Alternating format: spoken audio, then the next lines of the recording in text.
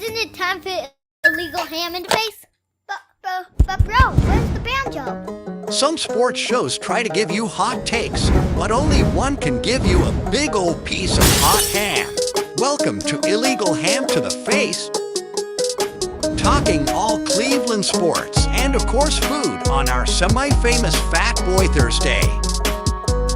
Here are your hosts, Fatty and Big Bry. What is going on, everybody? I am here, Big Bry. We'll be back in here in a second.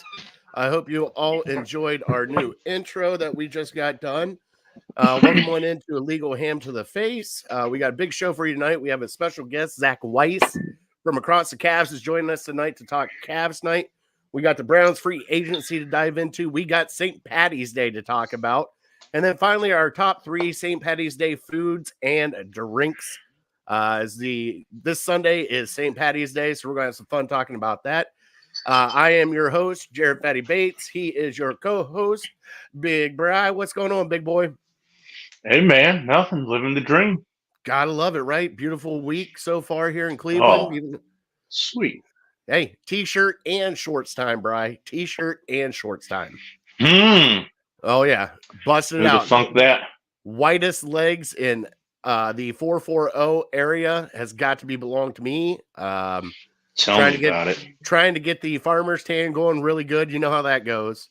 You got right. No matter what, when you take your socks off, you still got socks on, buddy.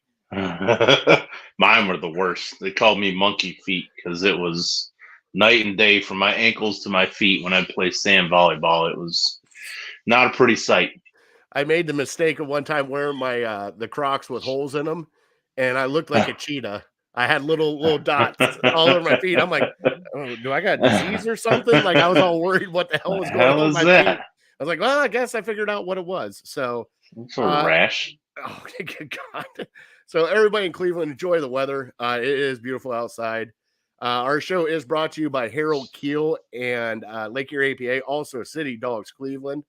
And we're on Network 216 along with Illegal Ham. So catch us there at Network_216 and at Ham Illegal.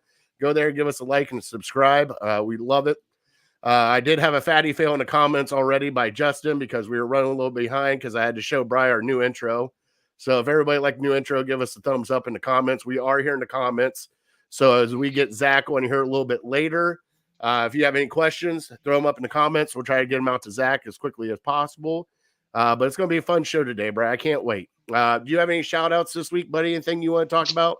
Nope, no shout-outs for me. Hey, same here, bud. Cool. I just can't wait for next week, boys' spring break, and we are on vacay. So I can't wait. It's not a major vacay. We're just taking them to Great Wolf Lodge and just letting them play. And then we're going to go down. I might be live in the Columbus, Ohio studios and the Skinny Boy studios down at the Span's house. So we're going to have some fun down there. So you might get a little picture of Span next week as we jump right back into probably more Browns talk with all the signings that have been going on. Mr. Runner-Up himself. Mr. Runner-Up himself a couple years in a row. And thank God you said something, Brian, because I definitely got to get this belt out. I keep forgetting to get this belt out. I need you to text me tomorrow and say, hey, mail it out. I'll try to remind you. Sure. Thank you. Yep. Bri, let's get our show started like we always do. It is your turn for trivia, correct? Correct. All right. Let me play the sounder, and we still have Winona here. So let me pull up her real quick. Our little girl from last week, Winona.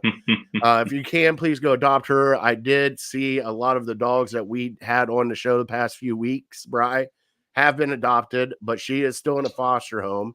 So if you could please go adopt this girl, that would be absolutely amazing. Such a sweet girl, and what a beautiful program City Dogs have. They got they had pictures last weekend with the Easter Bunny and the City Dog mascot, and then they got a whole bunch of stuff coming up this summer with the WJ Lodge tailgate with Top Dog Tailgate. They're going to be downtown at the couple concerts there at Brown Stadium, and of course, we got our venue coming up here, right? Probably the first or second away game of the football season. Come party with us. See if you can't get some big money raised for City Dogs Cleveland and watch a football game. have a good time. All right, Bri, let me play the sounder and let's get into your trivia this week.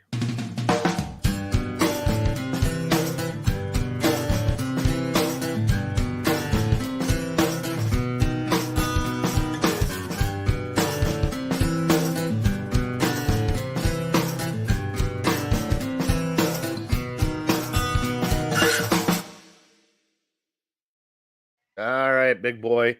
What do you got for me? Is it going to be football this week?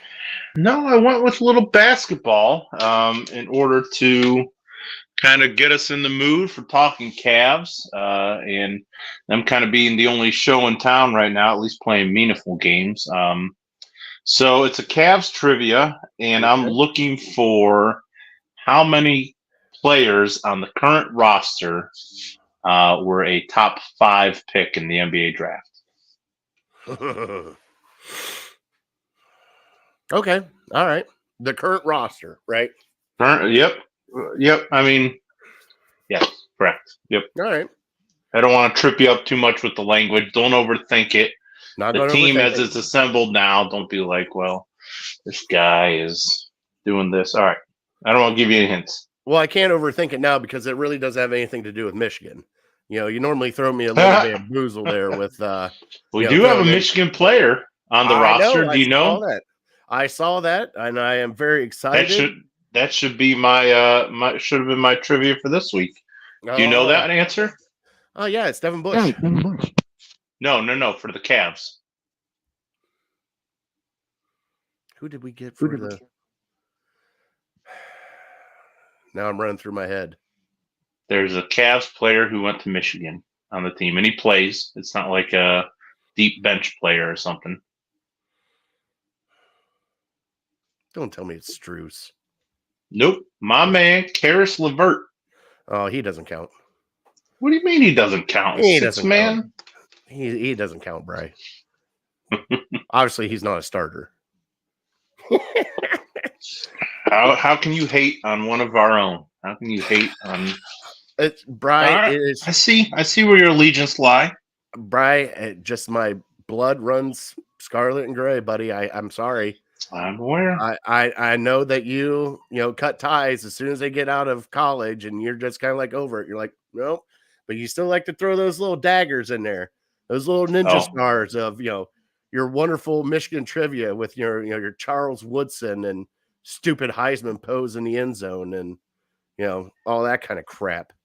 You mentioned him already. When Devin Bush went to the Steelers, I was good riddance. See you later. I love that he was a bust and he sucked for them. So and now he's here.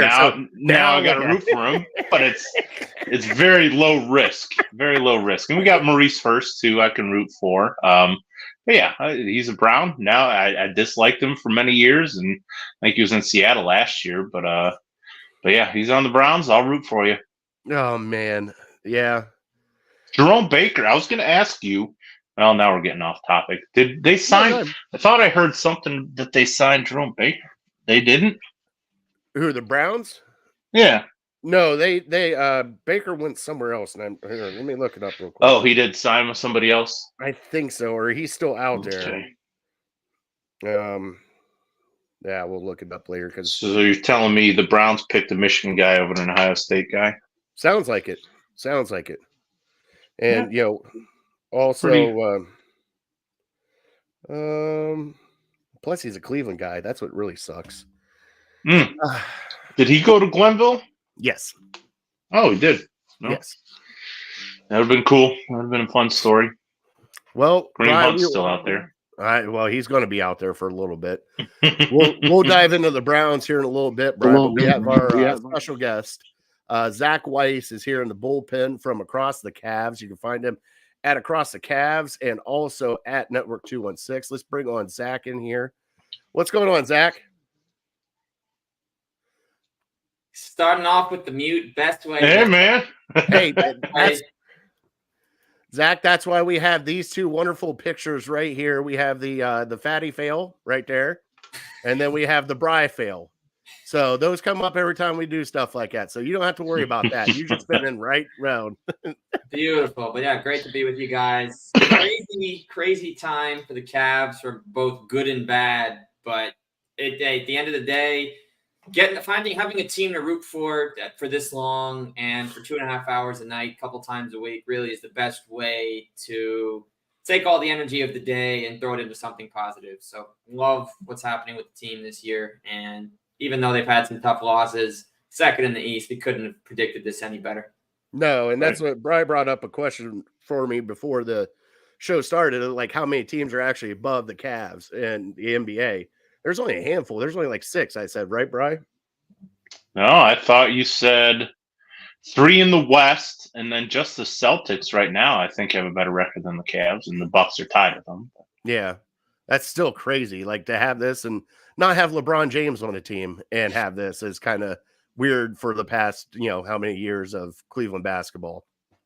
Yeah, no, it's been a long time. And to confirm, yeah, there's 4 in the West with a higher winning percentage, and then just Boston. So still ranking 6th. Thinking about, right, it's the 90s, and I talk about this all the time because this is well before I was a Cavs fan. Well, not 5 or 6 years. But 97, 98, the Cavs with 4 rookies in the rotation and Mike Fratello somehow went 47-35 and stole a first-round game from the Pacers before getting bounced in the old best-of-5 format in 4.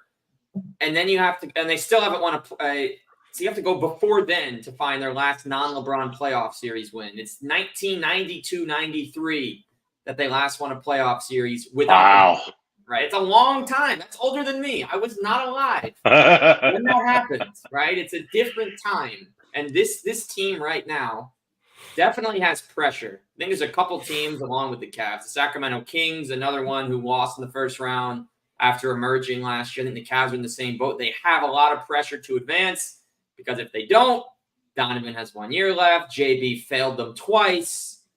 And with all this money tied up, they're about to pay Evan and Isaac too. You start to ask some questions if they don't. So we're enjoying the regular season. But as soon as game number 83 happens and starts, that is where every 48 minutes has a lot more on the line.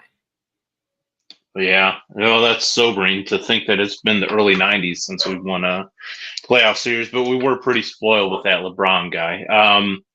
So as we talked, the Cavs are second in the East, still hoping to get that number 2 spot. So looking at the West, top two seeds in the East, that would put the Cavs top maybe 4 or 5 team in the NBA. But I think last week I was watching some show, or maybe it was a podcast, and Shams Charania was naming all of the championship level quality contending teams, and he named 9 teams, and he did not even make a whisper about the Cavs. So in his mind, the Cavs are not part of the top 9. So in your mind, do you think we're closer to the top maybe 4 teams, or are we closer to like the 10th team right now?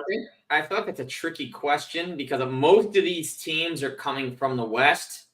I didn't hear the exact list, but my best guess would be pretty much 5 guarantees from the West, and maybe Dallas/Lakers or Warriors might have snuck into that list, just knowing that even though they're both in the play-in right now, the Lakers went from the play-in to the conference finals last year. And then I could see them, or the Warriors, the Mavericks, the Kings, the Suns, any of those teams that have to win this emergency game still doing that.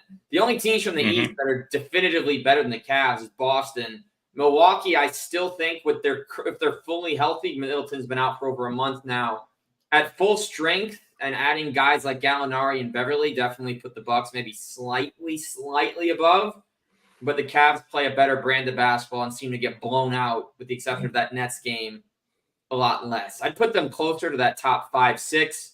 There is a world, and I hate to say this, there is also a world where the Cavs lose in the first round. We don't want that to happen. No one wants that to happen, right? But that world is not far from us, because all it takes is one injury. Because the way they've played with their injuries has been magnificent. But you get into a series where a team sees you every second or third day, and yes, I know the whole hot dog talk. I know the whole cube rule. We can talk about that. Oh, jeez. I don't live by it, people close to me live by it. I've had it explained. But before we do that, finishing up on this point, what I will say is they will not beat anybody in the playoffs without Allen and Mobley both on the court. I love how Dean and Niang have filled in. Really appreciated Damian Jones. Tristan is eligible to return for the next game, which is a huge, huge boost for the bench.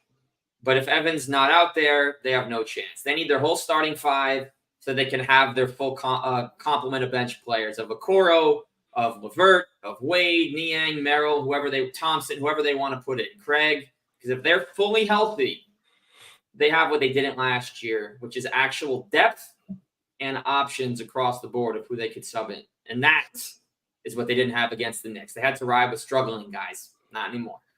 With the depth you're talking about, with how they've come around with Sam Merrill being just a sharpshooter, and then it's been different guys here and there with, Strus, Niang, with Okoro's game stepped up this year. What guys should we look for here in the postseason to come off the bench to really make an impact? I mean, Bry's rooting for his Michigan boy, LeVert, but, is there somebody that can come off the bench and get a good, 10 to 15 points to help out the starters when they get in these playoffs? Yeah, so I think the version of LeVert, and yeah, shout out Bry, shout out to LeVert right now. His assists right now are something we haven't seen from a non-point guard in the Cavs really since LeBron. And there are not that many players in the NBA that can come off the bench and put up 7 to 10 assists over the course of a couple of weeks. You really don't see those types of players. You've seen Westbrook's assists drop off. Hope his hand gets well soon. But you've seen his assists drop off in the reserve role. Harris has come in, and instead of being the scorer over these last couple of weeks that he normally was, he's been the playmaker. It's why his assists are closer to what they were in his Brooklyn days versus his Cavs days. And to answer your question directly, I think in an ideal world, you're rolling out 8, but I think the best situation for the Cavs at full strength in a game that's going to be tight, you unfortunately would probably say no to Sam Merrill unless there's an injury, right? Because I think first it's going to be Okoro. Okoro I'd probably bring in first. I bring in Karras right after, and then Niang will come in to play the non-Evan or Jarrett minutes. And then at times they could go small. Isaac or Karras could play the 4, matchup dependent. I think against an Indiana, which is a possible matchup, I would be okay with Isaac Okoro guarding Pascal for extended stretches of time. But if you're facing a Knicks team again, which is a possibility, I wouldn't want to see a smaller lineup with those guys out there, especially after how the Knicks ate the Cavs last year. If you're facing Miami, I feel very confident rolling out a smaller lineup because outside of Bam, they really have no effective bigs. They've been starting Nikola Jovic. Kevin Love's been in and out of the lineup. Haywood Highsmith's taken a bit of a step back. They've gone smaller. They don't have the same team they did last year. And they went small last year too, but they just don't have that power forward that can play 30 minutes. That's big. So I would trust the Cavs height in a big way against Miami. But 10 to 15, I think, would have to be Niang. And in an emergency situation, I would feel like Sam Merrill could get you 15 in a playoff game. I just don't know if he's going to get the minutes and touches when they have everybody available. Sure. Last week, if you didn't listen to the show, I was hard on the Cavs because I have big expectations for them. I think they should, at this point, be at least maybe not be able to beat the Bucks and the Celtics, but at least compete with the Bucks and Celtics in like a 7-game series. And I feel like right now, based on what happened last year, I don't even know if we can beat the Knicks and the Sixers at full strength. But I'm open to seeing how this team comes together, and I'm feeling better after last night's win. But one of the catalysts to last night, and I know he didn't do much last night, is Donovan Mitchell. And, we all kind of agree that he's the number one guy.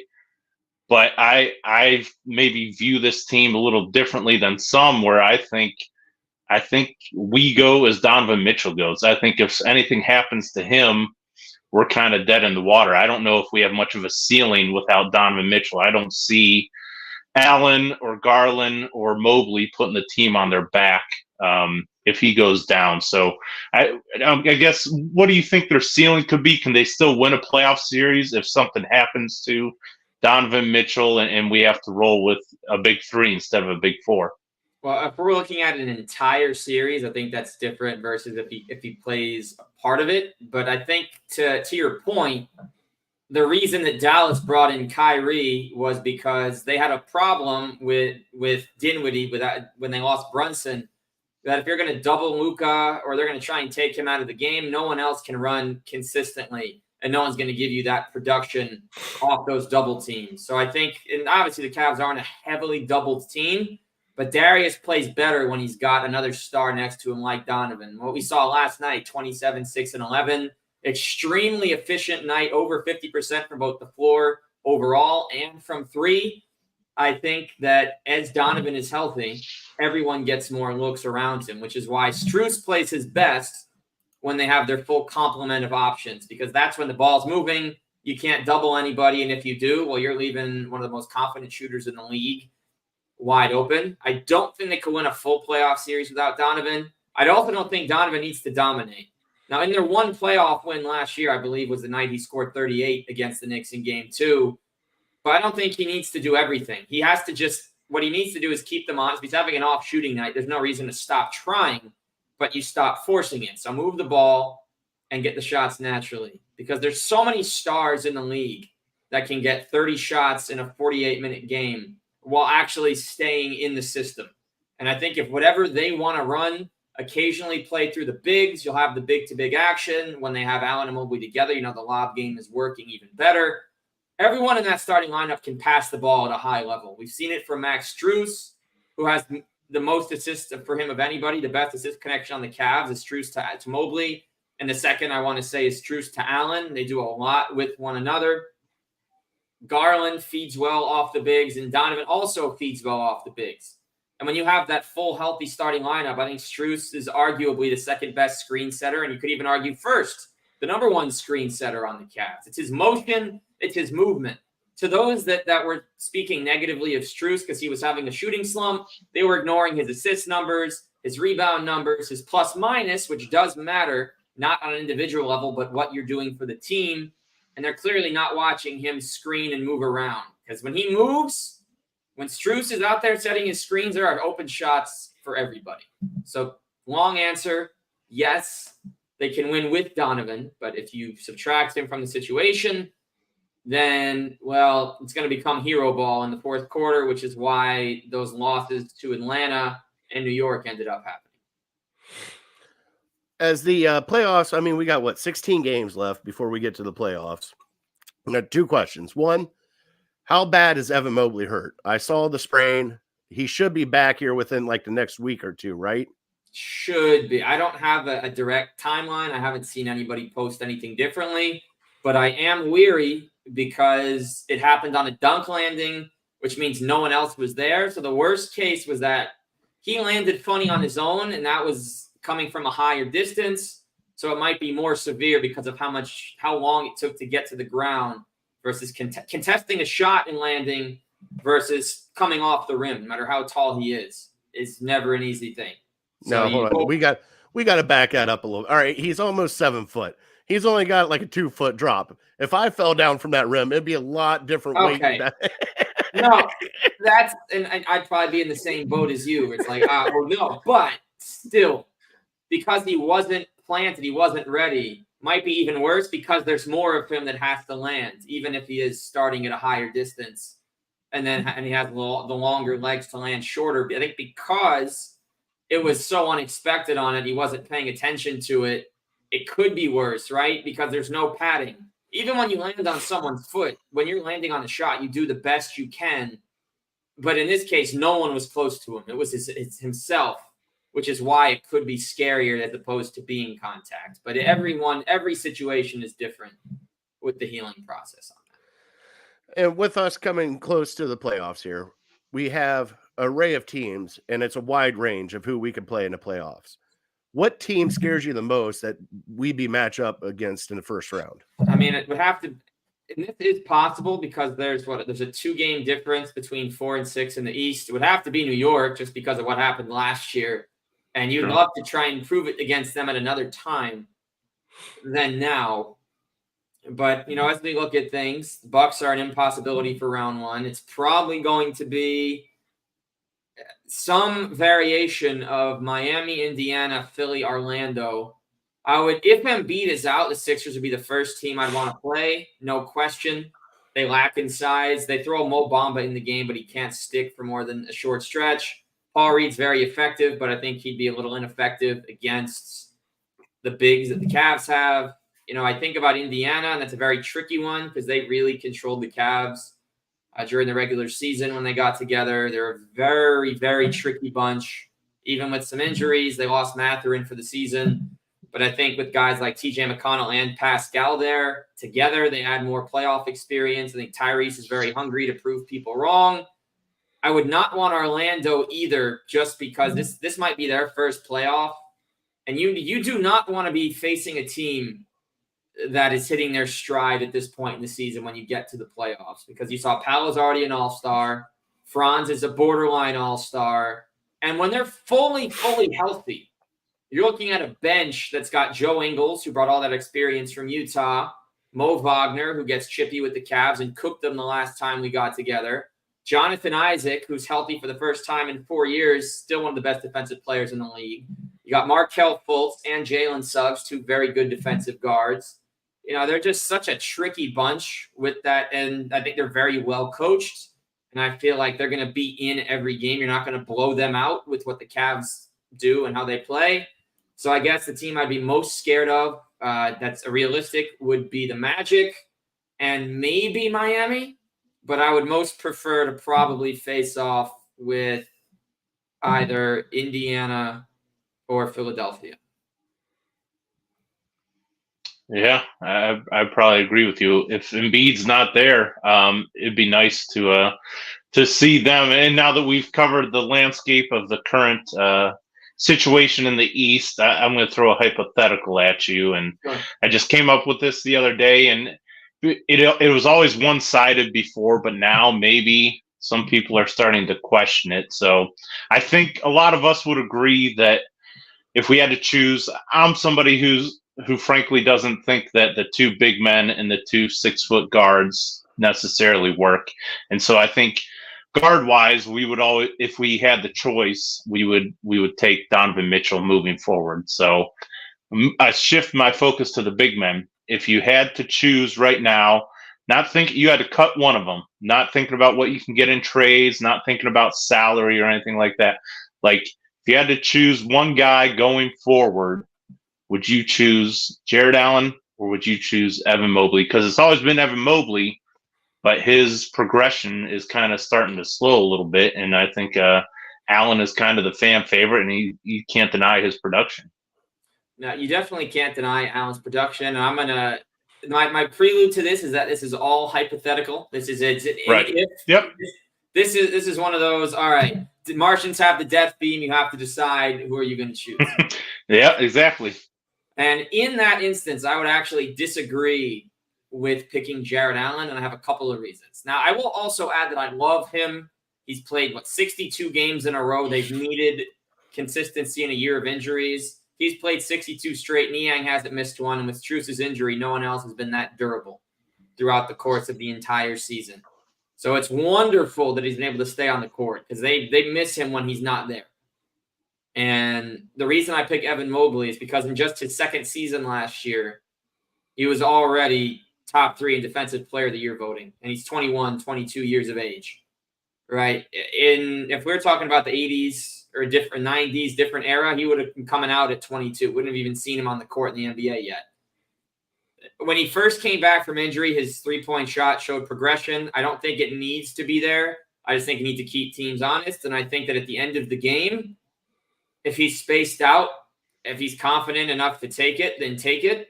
The big thing with shooters is not what they're going to do for the full 45. It's if they're playing at the end of the game, can you trust them to make the shot? Which is why Isaac Okoro's value in the last year and a half has gone up even more because he's already been an elite defender. He's had a couple of game winners over these last few seasons, most notably against Brooklyn with 0.6 last year. Allen is very solid, but he still doesn't have it from the outside. He does everything you could want. He's the complete package as a big man. On the defensive end, he's gotten so much better. His rebounding has improved significantly. There are some nights he doesn't show up on the glass, but I think when he comes to play, he really comes to play. I think Evan's mobility, Evan's quickness, perhaps, and his ability to go coast to coast every now and then to really keep the defense honest. I love his contesting ability. He can guard all 5 positions. And I think when you're thinking about, and you have to consider the money, even if you don't want to, just because of the nature of how everything has been working in today's day and today's game, you have to take Evan for his youth, for the growth that we still haven't seen, or we don't know how much better Jarrett would get it. And this again, if we had to, and I feel like Evan is easier to plug in potentially than Allen, depending, because you don't have to just lob him. You could give him the ball at the top. You could have him run cuts, use him as a screen and roller. I mean, same with Allen, but I think Mobley fits in better if you're just plugging him in somewhere versus Jared Allen, who's kind of locked into playing one position. Hey, I agree with you on that one. So do I. I didn't know if the faith in Evan Mobley's progression is wavering with some people, but yeah, I still have faith that he can hopefully develop an outside shot, and certainly his defense is top notch. I agree. There's a lot that he brings to the table, and like he has off nights. The injuries they happen to everybody. You know, the NBA this year has just been so injured across the board. Really crazy. And then with the new award system, Donovan won't win anything this year. There's a number of other players that won't win. I agree for the major awards. I'm not here to debate that. I agree for the major awards: MVP, Defensive Player of the Year, Rookie of the Year. But all NBA, I think, should have a different standard. But with that said, both bigs offer a lot. But I do think that we are living in the Evan Mobley future, whereas we're living right now in the Jared Allen present. And because this is a long-term question, and when you think about who you want around for the next couple versus the now, Evan's going to go up. Let's see how Jared continues to play. All right. Now, Zach, can't thank you enough for joining us. But before we give you the big boot out of here, all right, I got a couple food questions for you. All right. Sure. Now, this is what Brian and I like to do and have some fun with food here on Fat Boy Thursday. We do have St. Patty's Day coming up. We do. What is your favorite thing to do for St. Patty's Day? Oh, boy. All right. Well, actually, this is going to be the second year in a row that I'm working on St. Patty. I know it's a weekend. Oh, man. That's not a bad thing. No, I do. In addition to my regular day gig, I do broadcasting. So I'll be calling a St. John's softball game on Sunday. So that'll be a fun Cool. Hours. Tradition on St. Patty's Day. All right. You know what? I would say I do live right near an Irish pub. So I don't know if this is a tradition. It's only happened once. But waiting 90 minutes for wings because we went to lunch at the Irish pub on St. Patty's Day is my favorite on St. Patrick's Day. All right. And last but not least, Brian, I have had this argument for years, and it's not that is a hot dog is a taco. We'll get to that when we bring you back on again. But Brian and I have discovered that Brian has a meat to bread ratio for the perfect sandwich. Okay. I, however, don't think there is a meat to bread ratio. What about you? Is there a meat to bread ratio to make the perfect sandwich? Yeah, I think if you want a really good sandwich, I think first off, make sure that your first bite can get to the meat. You don't want to stack it too much that you can't get right to it. Because if you're just getting vegetable and bread or whatever else you've added on that first bite, you're really missing out. And then the perfect ratio would be that it's very close to sticking out. I think you don't want it to be too thick. I think you want to let the ingredients breathe because a really good sandwich features the prominence of the taste of your meat, but adds a nice relish or nice garnish rather with what else you're putting on it. So I'd say, let's say here's like we're saying, go on a baguette. It's like this long, right? This long. You want the meat to be about here. We're stopping there. You want it to be about right there. So you go first big bite. And Sure. You're getting right in close to it. So you're not a fan of like the jumbo overstuffed sandwich, like corned beef sandwiches, any of that? Yeah, No. he's on my side. No, so when I go out to eat, I'm looking for a sandwich, and they have the fat sandwiches now where you're stacking it with 6 or 7 things. I want to say I haven't had one of those in about 7 or 8 years. Well, now I feel like a complete fat ass. Oh No. yeah, you're living up to your name here. He wants a sandwich that's half a foot tall Well, and hey, like 2 pieces of Wonder Bread and just like 3/4 of a pound of meat in between, and that's not a sandwich. well, see, it can be a sandwich. It's not the ideal sandwich, but I think it depends. Are you having the sandwich with the anticipation of you're having chips, or you're having a side salad, or you're saving enough room for the dessert right after? Because when For that sure. comes into play, that would actually change what kind of sandwich you wanted, I would say. Because if you Yeah, want, normally I just finish the sandwich and go, all right, am I full yet? No, what's next? okay, well then, oh, so you don't prepare it at once. You're just having the sandwich and you're waiting to see where it goes. Oh yeah, like I'll have the fries there, but the sandwich is going down first. See, that's where I disagree, and that's my closing note. I don't know why I disagree. That's your what you do. I can't disagree, so that's not the right phrase. But I will say, I think it's important if you're going to get a sandwich of any kind, you need a side of something to eat with it. Because if not, I'm a very fast eater. I will clear that sandwich in 5 to 10 minutes if I'm not having a conversation with somebody while I'm eating. And I feel like if I made it myself, that stinks. I put a lot more than 5 to 10 minutes into making it. And if I get it at a restaurant that's dine in, it's like, all right, now I'm done eating in 5 or 10 minutes. This stinks. I didn't get a side with it.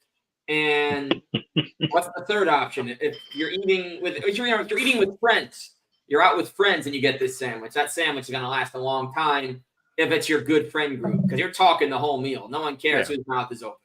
So you're going to have more time to eat, and then it won't matter what comes with it. All right, but I can't thank you enough for joining us. Please put out your show right here. Yeah, absolutely. So the name of the show is Across the Cavs, YouTube, Spotify, Apple, the works. On Twitter, I'm at Across Cavs. And then if you want to get me on LinkedIn, there is a LinkedIn. I don't use it much anymore. But we got Instagram at Across the Cavs, Twitter at Across Cavs. Might be a Facebook page coming to try and move the Instagram over to Meta, but we will see about that. But I can't thank you enough for joining us. Thank you for all the Cavs insight tonight. We're definitely going to have to meet up and go to a Cavs game together. All right. Absolutely. I'll see you in Cleveland. All right. Have a great night, bud. Thank you. Appreciate your time, man. Thanks, guys. Have a good night. Thank you. That was Zach Weiss from Across the Cavs. Man, what a great interview, dude. And I'm telling you what, knows his shit, man. He knows his shit, right? Sure does. I learned a heck of a lot from that interview right there, for sure. Getting me up to date. That was awesome. I love having guys like that on, especially that are knowledgeable, know what they're talking about. He does every Cavs game. He does like a little quick post game show, talk about the Cavs game, everything else. And like you said, catch him at Across the Cavs. You can catch him everywhere, YouTube, all that. Great show, great thing he does there with the Cavs, and just a really nice guy. And we're definitely going to have to go to a Cavs game with him one time and just he'd be like the jelly in between the two peanut butter sandwich, Brian. That'd be perfect. I don't know what you're referencing, but I'll have a couple beers first. Now that you're drinking again. He said, I learned that he hasn't heard the hot dog is a taco argument. Oh no, he heard it. I'm still pushing that agenda, Justin. I'm still pushing that agenda. All right, Brian. Let's get back into our show. Can't thank Zach enough again for his time. It is time for NFL free agency, Brian. And holy shit, was the wheel just moving and firing off on started Monday and just went nuts all the way up until pretty much today. We do have some new signings and we have some people that are gone. Let's get to the people that are gone now. Michael Ford is now in Houston. Joe Flacco is in Indianapolis. Harrison Bryant in Las Vegas. Anthony Walker went to Miami. Taki New England. Nick Harris went to Seattle. And Jordan Elliott went to San Francisco. A lot of great guys on that list. I wish we could re-sign them, but I also see what the Browns are trying to do and trying to move around. Brian, is there one guy on that list that you think we might miss a lot? I've been an advocate for Anthony Walker in the past. I think it seems, for whatever funny reason, maybe it's just coincidence, whenever he's not on the field, our defense has had some games where they struggle. And so whether it could be coincidence, could be the other coach in the Houston game, really knowing his stuff and knowing what works against his defense and scheming up a gem. But yeah, I feel like we have a very good defense when he's on the field, and when he's not on the field, it's maybe just above average. It seems like sometimes. So I don't know. He would be the one guy that kind of sticks out to me. I 100% agree with you on that one. I loved him when he was here. I know he was injured a lot, Brian. I know that kind of put a damper on a lot of things, but man, his leadership and the way he controlled the team, I just enjoyed. And it's going to suck not having him here. The one shocker for me was Harrison Bryant going out to Las Vegas. I didn't see that one coming. I thought they might just try to re-sign him for a cheaper deal and keep him here, but now we got other holes that are opening up. But the one big news that happened before even free agency hit that we really got to get into is, Brian, we got Jerry Jeudy for a 5th and a 6th round pick. Now, if I recall, last week when we talked, I said the Browns probably wouldn't go for a wide receiver unless they got a deal like Amari Cooper's deal. Guess what? They did. Now, the only thing that sucks about it is Jerry Jeudy is a 1st round talent, hasn't lived up to the hype yet. He's been injured a lot, Bri, and he's on the last year of his contract. So, with that being said, are you happy with this signing of Jerry Jeudy and bringing Jerry Jeudy here to Cleveland? Yeah, I view it as maybe similar to the Elijah Moore deal, a high draft pick, and he has, admittedly, he has more talent than Elijah Moore did, but he hasn't maxed it out yet. He's had some injury issues, and he's just, I guess he's just a dart throw. We don't know what we're going to get from him. It's Andrew Berry trying to make a play for somebody who had at one point a ton of talent and still probably does have a ton of talent.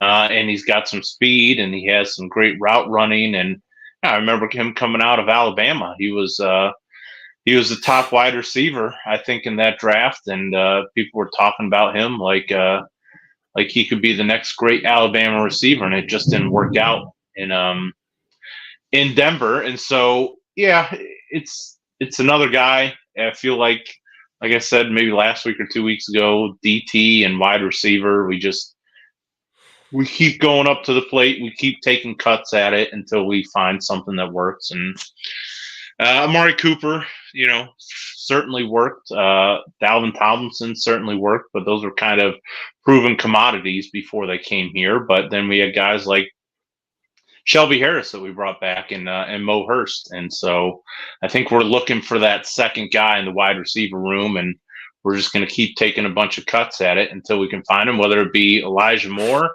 or Jerry Jeudy. We don't really care if it's one of them, or I still hold out hope that they bring in Mike Williams and just hope that something happens with him. And we just need somebody other than Amari Cooper. It doesn't matter who it is. Cedric Tillman, the old adage is you don't make any more progress than you do from your first to your second year. So maybe he steps it up in a big way. So yeah, I think they're just keep taking cuts at the plate, hoping that something happens. I think from what I've heard from some radio interviews, Jerry Judy's biggest enemy is himself, and maybe he's not the most mature guy, and he doesn't have that professional effort that he needs to have every single play. But he's still young; he's 24 years old, so hopefully Stefanski, huge advocate for Amari Cooper, and he looked up to him growing up. They grew up in the same place. They both obviously went to Alabama, and I think the Browns are going to be counting on Amari Cooper to do some great things and really get through to Jeudy and show him how to be a professional receiver in the NFL. Yeah, I think that's the one big thing I kind of take away from this is he's getting paired up with Amari Cooper, Bri. I think that, and also, Bri, but it's humbling when you're sitting there and you're one of the top wide receivers in the draft, and you sit there and you brag that you're a first-round guy and I'm a first-round guy. NFL doesn't give a shit about that. But you just got traded for a 5th and a 6th round pick. That's got to be a little humbling, especially getting traded to Cleveland for that 5th and 6th round pick. I'm just saying because like You would think, but you would think he's got a lot of money. How many Yeah. millions of dollars does he have? Sometimes, Yeah. screw you guys. I'm set for life. Look, I'll do what I do. well, and also you got to live up to the hype a little bit, Brian, because I mean he was drafted right in front of CD Lamb. He was drafted right in front of Justin Jefferson, Michael Pittman Jr., T. Higgins. There was many wide receivers behind him that have done so much better than he has. But I still like the swings that they're taking because guess what? If he doesn't ball out this year, it's not a conversation. He's done after this year anyways. We just have him for a year. All right. That's all it is. Dead cap space. You bring him in. If he works out, then you try to re-sign him, everything like that. Same with like Elijah Moore. We took a swing on Elijah Moore. There's still one more year left on that tank. But Elijah Moore is more of a slot receiver, more of a third wide receiver. And this gives you, if he pans out, a legit second receiver to go with Amari Cooper. You're not asking him to be the top dog like they did in Denver. You're asking him to be the one behind the dog, to follow the dog in Amari Cooper. And hopefully, I mean, Brian, I hope he falls in line and that happens, but it's still going to be a crapshoot, bud. And it's going to be if he has the desire to do it and if he's going to do it here in Cleveland. Yeah, time will tell. It's just you hope that Stefanski puts his work in and we see why he's the coach of the year. You hope Deshaun Watson or Ken Dorsey can get through to him. And, it's going to be up to Jerry Jeudy whether he has success in Cleveland because certainly opportunity is there. If he wants to say that it just wasn't a right fit in Denver, Russell Wilson was this and that. And, okay, you got a second chance. You might not get a third chance if you don't take advantage of the second chance. Yeah.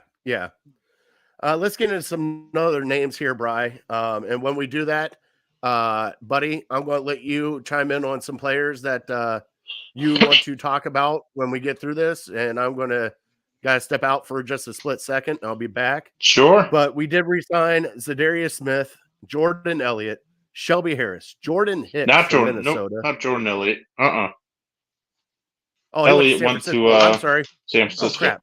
Let me refresh. I'm sorry. Shelby, Zadarius Smith, Shelby Harris, Just Jordan making sure. Hicks from Minnesota. Quentin Jefferson we just signed today, I believe. Devin Bush, Giovanni Ricci, Tony Brown. Bojo is back, baby. Corey Bajorquez. We signed Nakeem Hines also. Michael Dunn and Maurice Hurst are all back here in Cleveland. And that is right now. Well, yeah, right now that's all we got here that we have signed in Cleveland. There'll be more to come. But Brian, why don't you tell me some of the tell the people out here some of the ones that you're excited to have back? Yeah. And I'm sure we'll get into it in a little bit here. The big headlines are going to be Joe Flacco and the Browns choosing Jameis Winston over Flacco. But before we get to that, we'll cover all our bases with the other guys. Zadarius Smith was obviously probably one of the biggest signings that they had, at least money-wise. They gave 2 years, $23 million to him. So clearly they were happy with his production and happy with how he fit into this defense. And I think a lot of it had to do with his versatility, the fact that you can move him inside on third downs and let him pass rush there and then bring Obo off the bench and have him be your speed rusher on the outside. So it's basically like you have three defensive ends that can get to the quarterback. So, yeah, it's Darius Smith, and his durability was just something that we can really count on. And even though he's a year older, he's going to be 32 this next year. Having him for 16 games this past year was huge, and he went down a couple times. I remember with injuries, and you thought, "Oh crap, this could end his season," and he got back up and he kept playing through it. So that was a big one. Defensive line, going to Maurice Hurst and Shelby Harris. Those are the two guys that kind of stood out and had plays where you really saw them and, we're just in shock. Like, these are the guys that we've been waiting for years, for guys to step up at defensive tackle position. And Dalvin Tomlinson is going to do his thing. He's going to be that run stuffer. So the fact that you bring Hurst back and you bring Shelby Harris back, those are two guys that we feel like we can count on, even though, again, they're getting older. I thought they did a great job last year filling in. And, we didn't ever feel like we got consistent production out of Jordan Elliott. So I think that's why maybe they went in this direction to where, hey, we have Tomlinson, we bring back Hurst, we bring back Shelby Harris. Hopefully those guys can have similar production and they can stay healthy. But also they got this Quentin Jefferson, and he had 5.5 sacks last year with the Jets. He played in a lot of games, and he's getting up there in age as well. But now that kind of gives you hopefully 4 defensive tackles that you're comfortable with, and I think all of them will see significant time.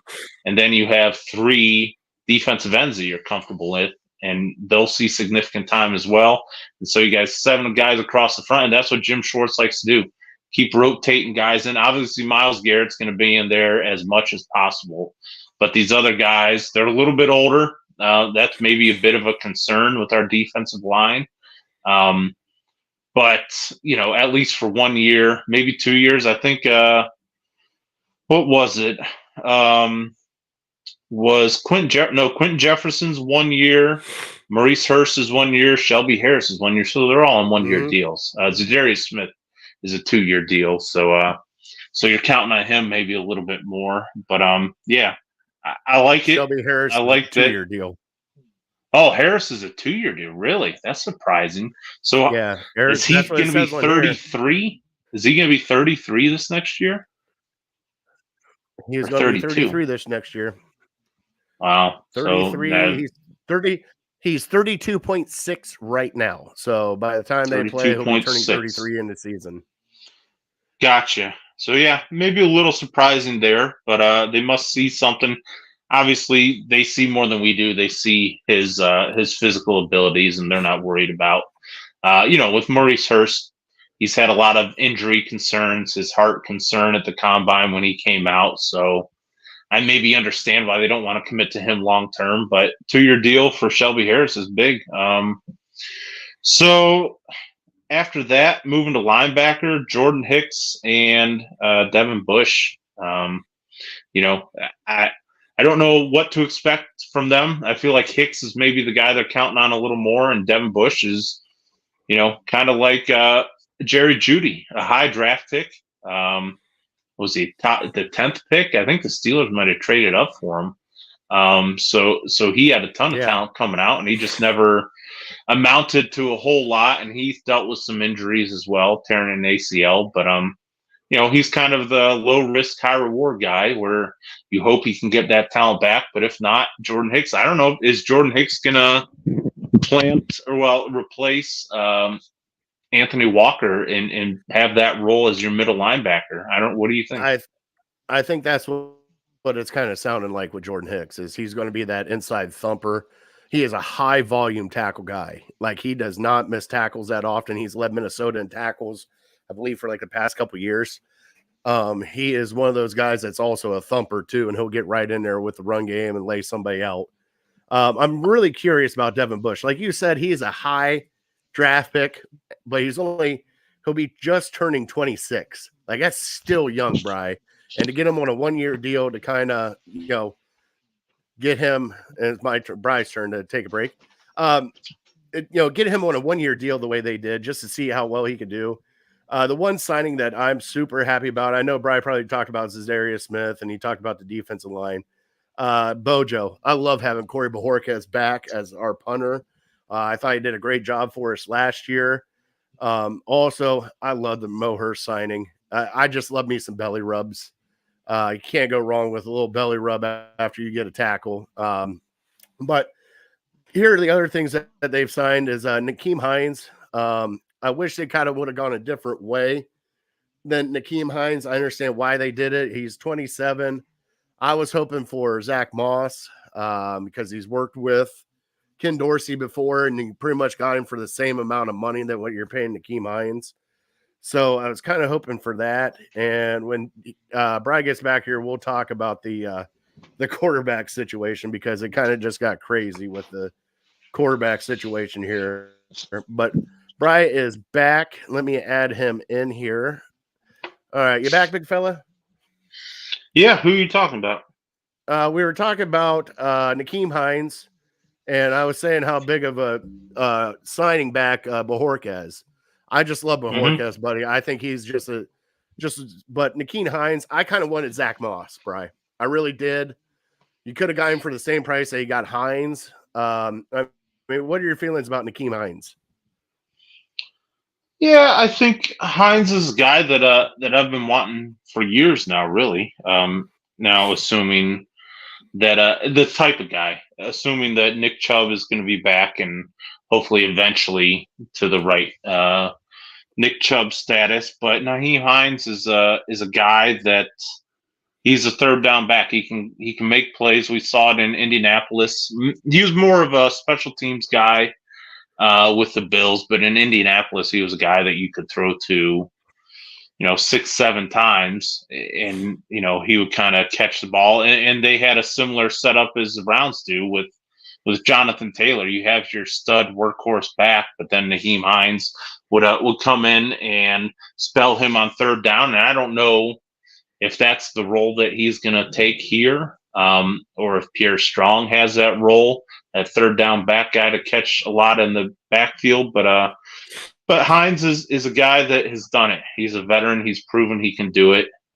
So I think, again, 1 year, $3.5 million is low risk. Let him and Pierre Strong battle it out. I still think they need a thumper. If they're uncertain at all about when Nick Chubb is going to return, I don't think you can go in with Strong and Hines as your 2 and 3 backs and just rely on Jerome Ford, because even Jerome Ford is not a very big running back. So you need a guy to.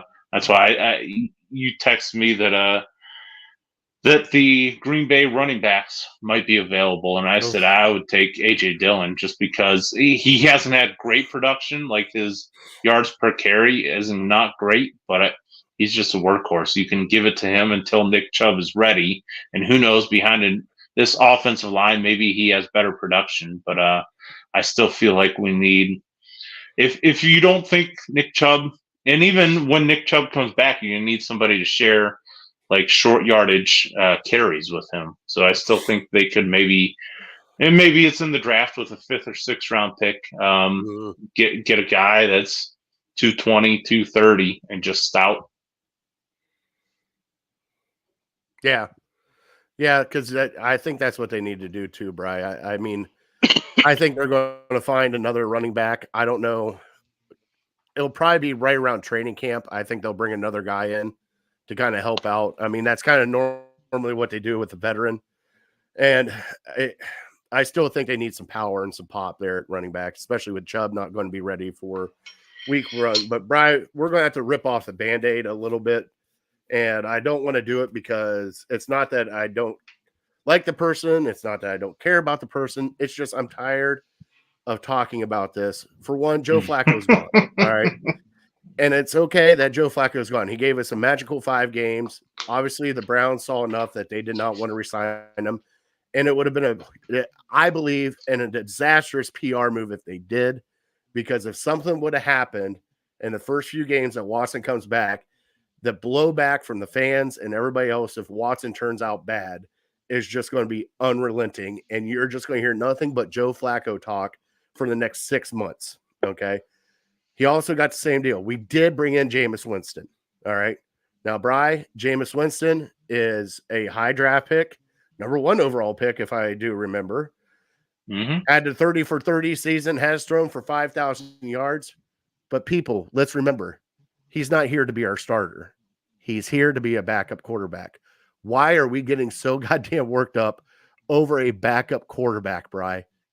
It is unreal what's going on with this city. Like, it is like this city is like the backup quarterback. Just everybody just screw the starter, put it in the backup. What is going on here? Like, why is this such a big deal, Bry?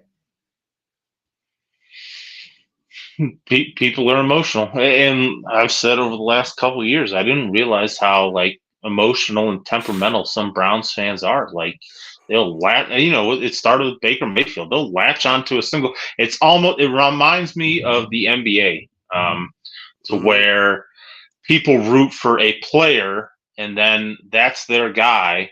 And when he leaves that team, they maybe go root for that team. Like, I'm a Browns fan. I'm always going to be a Browns fan. Whoever the Browns starting quarterback is going to be, that's the guy I'm going to be rooting for. And so if that Browns starting quarterback, he's our best hope to have success.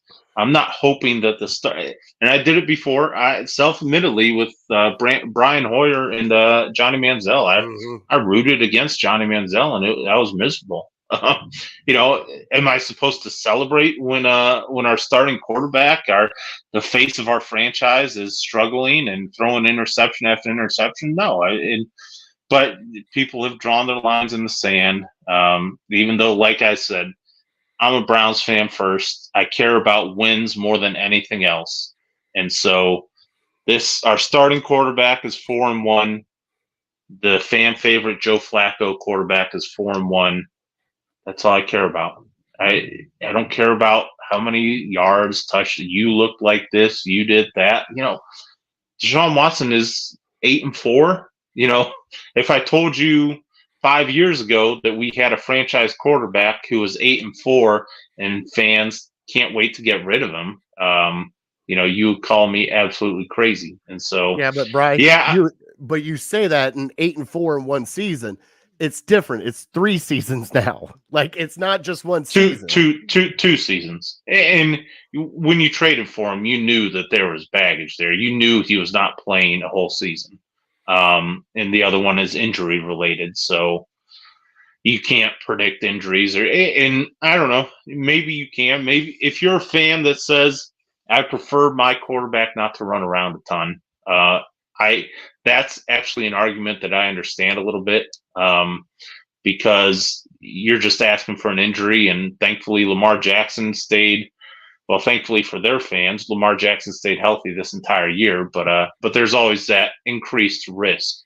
So if that's your concern with Deshaun Watson, I understand that because he's a mobile quarterback, but for the most part, most people, that is not their concern. They just, for whatever reason, they've made up their mind. They don't like him, and they're going to root against him, even if he's your quarterback. And so anybody who comes in and has a little bit of success, they're going to latch onto that guy and just clutch him like, that's my Joe Flacco. I love Joe Flacco. I'll never let him go.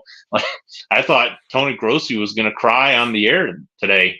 He acts like somebody shot his dog. I don't know what they expect, because this is like the other question that Justin just brought up here. He goes, how's it going to be since they didn't resign Flacco, and if Watson gets hurt or doesn't perform? Well, guess what? At that point in time, we're not winning the Super Bowl. All right. Flacco is not taking us to the Super Bowl. It has happened one time in NFL history where lightning caught in a bottle and the Eagles won with Nick Foles. One time. Like, you don't understand. If you look at this year, all the people that were in the playoffs late, all were starting quarterbacks. There was no backup quarterbacks in that conference champions. It's not going to happen, because there's a reason why they are a backup quarterback. People have convinced themselves in Cleveland that Joe Flacco at 39 years old is the equivalent to Tom Brady going to the Buccaneers. And like, hey, Tom Brady did it at that age. Why can't Joe Flacco do it? Which, I guess in theory maybe is possible. But yeah, there weren't teams lined up for Joe Flacco's services this offseason like they were Tom Brady when he was 39 or 40 years old and looking for a new team. So it was a magical run. Nobody can take that away from us. But I don't think, in all reality, there's a huge drop off between Winston and Flacco at this point in their career. And I think it goes, people, anything that happens with the Browns that they're unhappy about, they're just going to blame Deshaun Watson. Like, how many people have you heard this week say, well, the reason Joe Flacco's not back is Deshaun Watson stormed into their Andrew Berry's office and he said, I can't have this quarterback be my backup. There's no way in hell. And so people just want to believe that because they have this preconceived notion that, well, there's no way Deshaun Watson wants this. And honestly, for me, I'm happy that we're getting this all out of the way now, even if it continues for 3-4 more weeks. At least it's happening now, and then when football comes, we can focus on football rather than having this distraction throughout the year. And I told you a month ago, 2 months ago, when the talk first started about bringing Joe Flacco back, I said the reason you can't bring Joe Flacco back, it's not because of Deshaun Watson. It's not because of anything. The reason you can't bring him back is because of the people that love him the most. They're just going to make it insufferable for everybody else. And let them make it insufferable for us now in March and into April rather than in September and October and November, whenever Pat Mahomes has a bad game, Josh Allen has a bad game. The best quarterbacks, Joe Burrow has a bad game, maybe 2-3 in a row. But if Deshaun Watson has 2 bad games in a row, it was always going to be, even if it's a small vocal minority, it was always going to be people just, hey, I got to make sure I call into this show today. I got to put it out on social media how much I hate Deshaun Watson and how the Browns are just making the biggest mistake in the world by not playing Joe Flacco. So, we take care of all that now and we move forward with the team we have. Yep. And it just, by the way, now that you're drinking again, a certain word was brought up in our comments. I hope you have a beer. Massage has been said. So there it is. Bri is drinking again. So we have that. That's why I didn't say it last week, Justin, because he was on a little month sabbatical, taking a break. But Bud, back on the wagon. I am looking. We're off the wagon. I am looking forward to next weekend, next Sunday, Bri. I am pumped for it. So how many people are going to be showing up to this thing? Oh, I don't know. There's always, everyone's kind of straggling with their replies, but 15, 20 probably. We got the back room at B-Dubs here in Medina, so I'm sure there'll be a college basketball game going on that we can.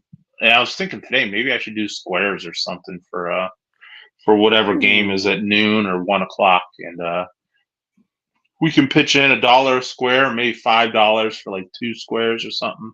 I'll figure it out. Sounds good to me. That'd be awesome, bud. I'm in.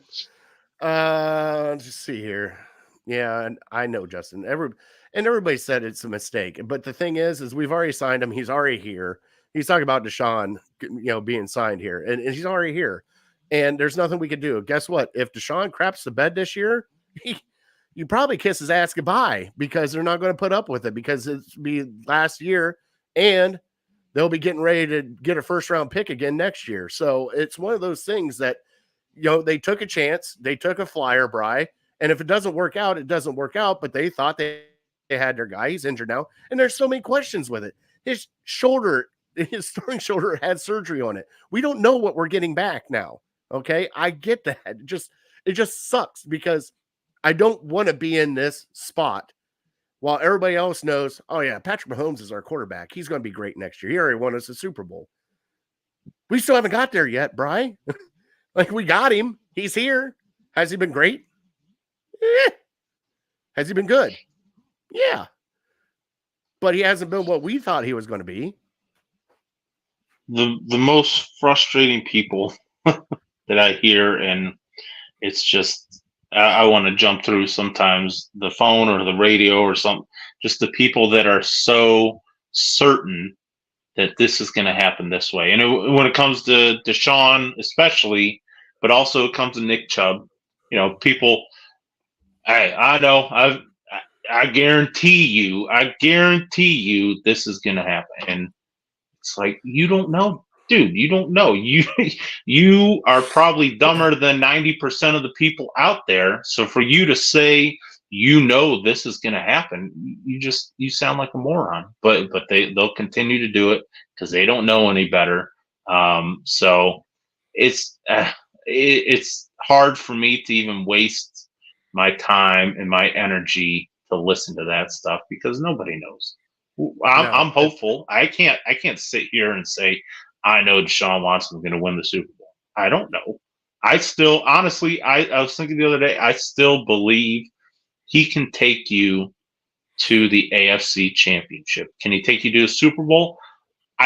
Maybe, but I'm not going to say that with the way Patrick Mahomes is playing, anybody in the conference, nobody can say that, oh yeah, I feel confident in going to the Super Bowl, because you're lying. Because until Mahomes proves that he loses 1 or 2 times in the playoffs, nobody's getting through the AFC that way. But I truly believe still that he can take you to the NFC or AFC Championship game. So for me, I'm keeping the faith. Do I know for sure that's going to happen? Of course not. No, I'm not an idiot. I'm not going to sit here and declare this is going to happen, especially with a shoulder injury. But with Jameis Winston, bringing it full circle, he's a guy that his game closer emulates what Deshaun Watson does than Joe Flacco, and it could be as simple as that. Yeah, and plus it's also a brand new offensive coordinator. Might be who he wants. Van Pelt might. He's always had a mobile quarterback. So, that right there could be the answer.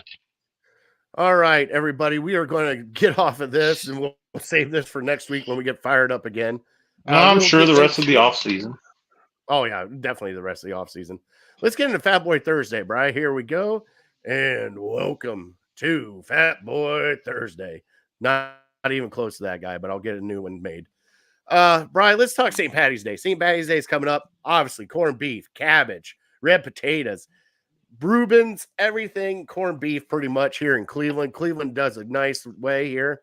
And I just want your thoughts on being in Cleveland, doing St. Patty's Day in Cleveland. I know you have. What are your thoughts about how good Cleveland puts on a St. Patty's Day? Oh, I mean, it's top notch. So I've been to Chicago as well, and Chicago is just a madhouse. And I've never been to Boston for St. Patty's Day, but I hear crazy things about that town too. But yeah, it's just, I think there's a lot of Irish people around, and it's kind of like as Zach was saying, you have to wait all this time to get into an Irish pub where, on Monday you'll be able to get in there no problem. It's similar to for me. Cinco de Mayo. You wait in line for 2 hours to go get a couple tacos at a Mexican restaurant. It's like everybody wants to do it, and so it's fun if you can get to a place where you can bar hop. You can go to a couple different places to where you don't have to be driving around a whole lot. So it's just the time to have a great. Unfortunately, this year with it being leap year, it wasn't on a Saturday, so it's on a Sunday. So sure there's a lot of people taking Monday off, but it's time to get together with friends, have a good time. Oh, heck yeah. And you can't go wrong with the green beer and the corn. Now, Bri, are you a fan of corned beef? No, not particularly. I'll eat it, but I don't think I'd ever order it.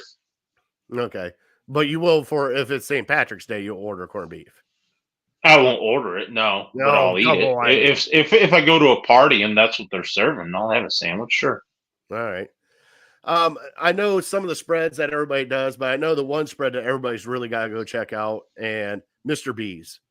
Mr. B's puts on a St. Patty's Day party like you wouldn't believe, and the food that they have there, Bri, it's unreal. He brings in so much corned beef for that day because that is like one of their super holidays at that bar, and I'll tell you what, it's amazing. I think it's like $10 or $15 for a plate, and you get carrots, cabbage, potatoes, just, oh my God, it's so good.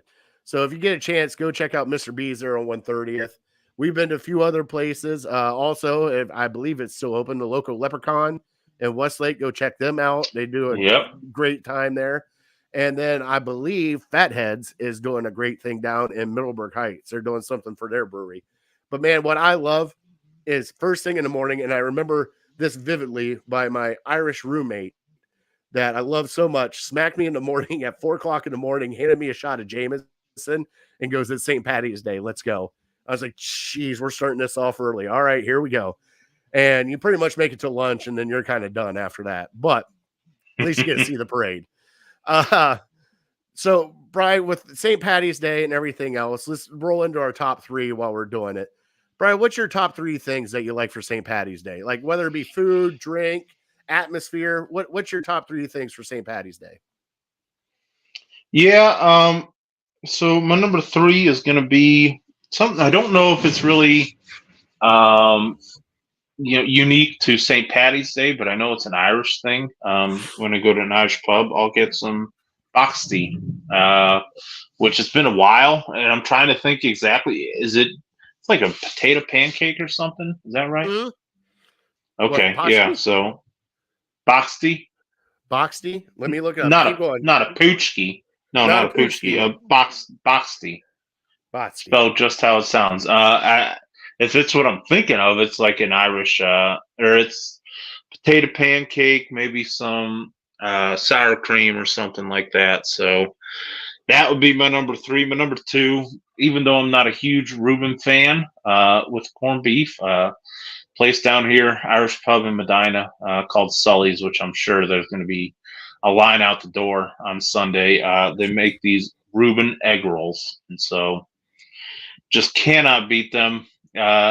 Little Thousand Island to dip it in, just top notch. Even if it's not St. Patty's Day. And then my number 1, simple as green beer, I guess, or any kind of beer. Or I'm Oh, not a there it huge is. fan of Guinness, but Schmittix is kind of the Irish beer for me to go to. So yeah, give me more. All right, I'm trying to find it here. I'll find it here in a second. Number 3 for me, Bry. Near and dear to my heart. My family eats it all the time.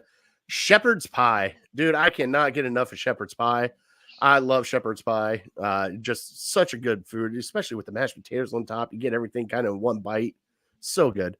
Number 2 for me, Bry. I got to go with the corned beef, bud. I go with either corned beef and cabbage, or a corned beef sandwich, or a Reuben, or I just dress it up however I want to dress it up. I got to have corned beef for St. Patty's Day. And Bry, my number 1, similar to yours, even though you do green beer, I do Irish whiskey. You give me some Jameson or some Tullamore Dew, we're good to go. Always do shots of Tullamore Dew with my buddies on St. Patty's Day. If you never had it, please go try it. Tullamore Dew is amazing. And man, that Jameson goes down smooth on St. Patty's Day. Oh, do I dare forget the honorable mention? Irish car bombs, Bry. Woo. Oh, it's been a while since an Irish car bomb. Oh, buddy, get those going. You're going to have a great time. I didn't even realize I'm wearing St. Patty's colors You are. today. That was not intentional, but a great coincidence. So I'll be Irish today. All right, let's do our trivia and we'll get out of here. We'll end tonight and we'll get back next week. So the trivia, Brian, that you gave me is how many top 5 picks are on the Cavs right now? Right. Okay. Can I go with 3? I'm going to go with 3. Okay. Give me the names.